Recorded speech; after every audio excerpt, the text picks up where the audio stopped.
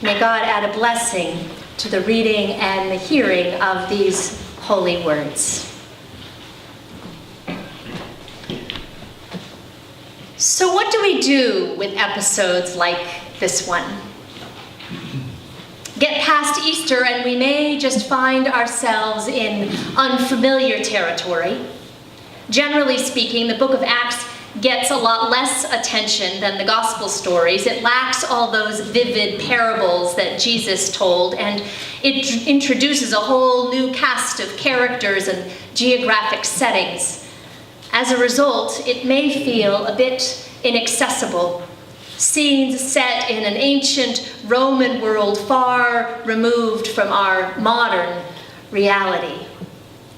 But the book of Acts deserves our attention because it is all about being church. Chapter after chapter, those earliest followers of the Jesus way struggled to establish communities that embodied what they'd learned from Jesus.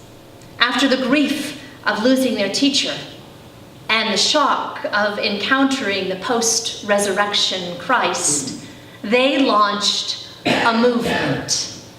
And that movement, it was strikingly egalitarian, diverse, pacifist, service-driven, and anti-imperial.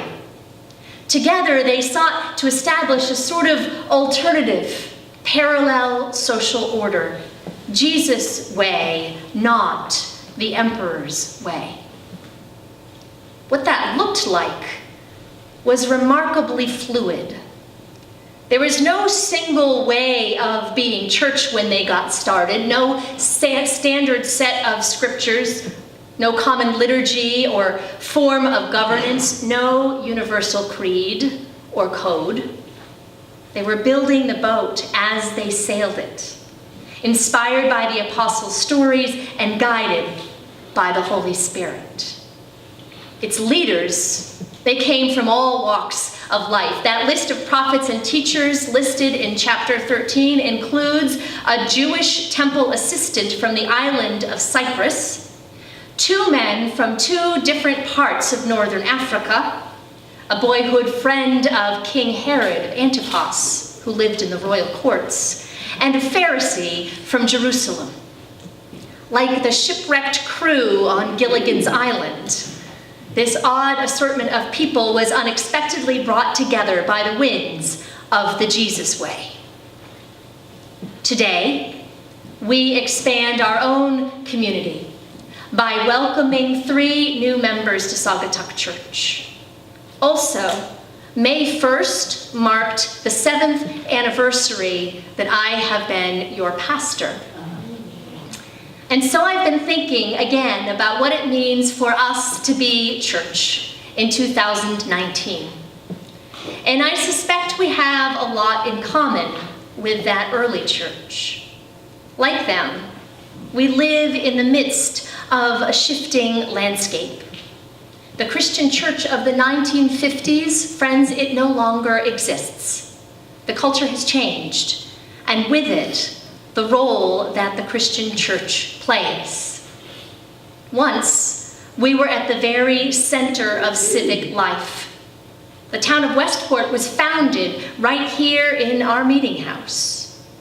But now, we sit closer to the edges of society. Church membership is no longer a cultural expectation, at least not in this region.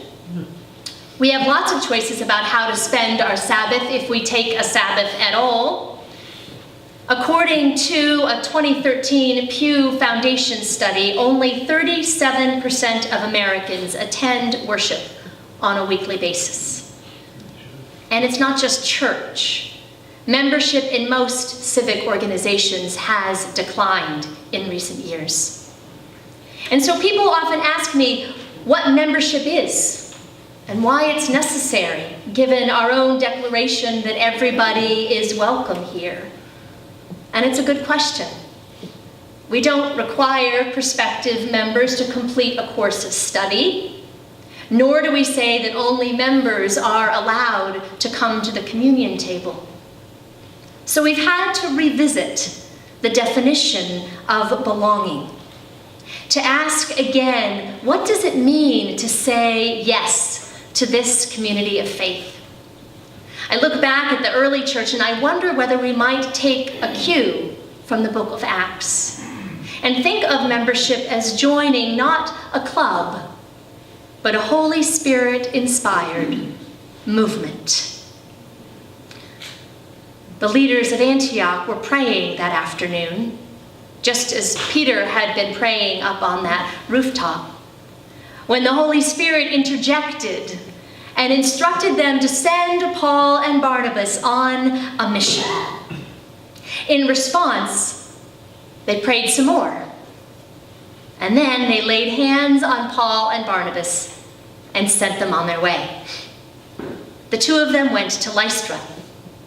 And there, Paul healed a man who had been crippled from birth. Now, as with all healing stories, there is probably more here than meets the eye. The text says the man had faith to be healed. What kind of healing he longed for, we don't actually know.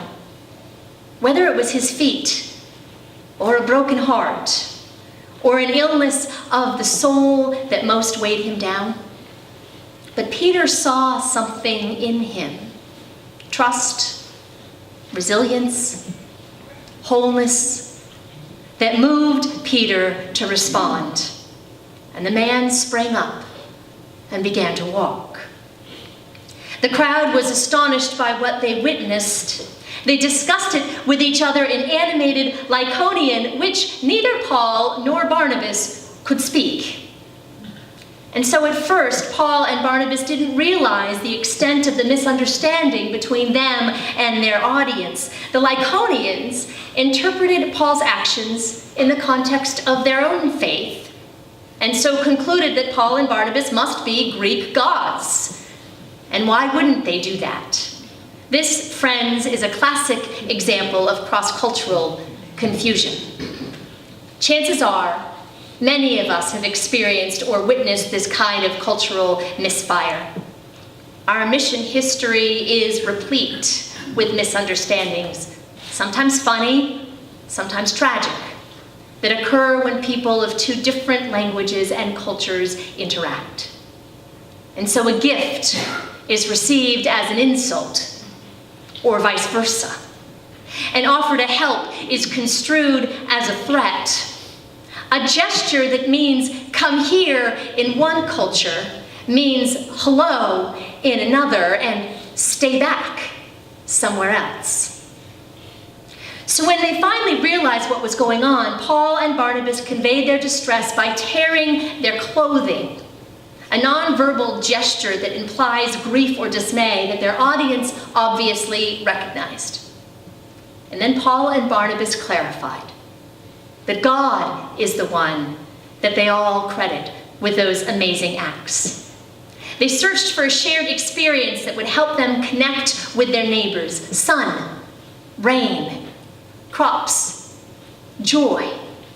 These are all God's gifts, they explained. God is the source of our well-being, and it seems they had something of a breakthrough in communication because the crowds held off and the sacrificial oxen lived to see another day.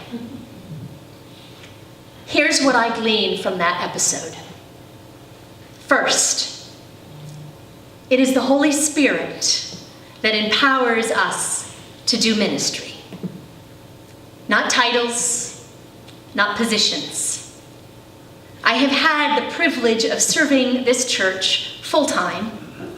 You give me hours and space to study, reflect, teach, hang out with you, pray, and serve in the wider community. And yes, I've studied to prepare for this role, and yes, I felt a clear call by the Holy Spirit to join you 7 years ago. I continue to feel that call. But the pastor is not solely responsible for enacting ministry. We are all enlisted by God's Spirit, each in our own way and setting. Figuring out what gifts and graces we have and should use, naming them, and equipping and encouraging each other. That's the work of the whole community. Like the diverse mix of people at Antioch, we are called to listen for that guidance of the Holy Spirit, to engage in prayerful discernment, opening up ourselves to all the crazy possibilities. When new ideas emerge, when one of you feels a holy tug, it is up to us all to pay attention, to notice, and then to ask, might that be the Holy Spirit? So there's another whole sermon to be preached just about discernment and how we know when God is speaking. But for now, I'd suggest a few helpful questions we might ask. Is this idea or direction life-giving? Does it invite us to be brave or to be bold? And does it help us to live out the love and justice of Jesus? I have always loved the idea of church as that place where we encourage and equip one another to live out our purpose, not just here, but in the world. And that leads me to my observation number 2. Being church, according to the early Jesus movement, is less about believing and more about doing. Less about fortifying walls of an institution and more about setting out on a mission to live that love and justice of Jesus.